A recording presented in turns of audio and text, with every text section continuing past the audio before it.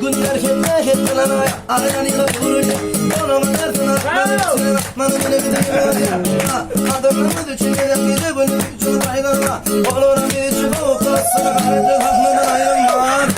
Sokranama tutma çukaya yalnızma. Sakılıp kendim kalkutma. Kalınıp kolya yapısma. Eller yaparlar. Kanatlarına saklayın. Bir de bakıma haydamak. Abkayma.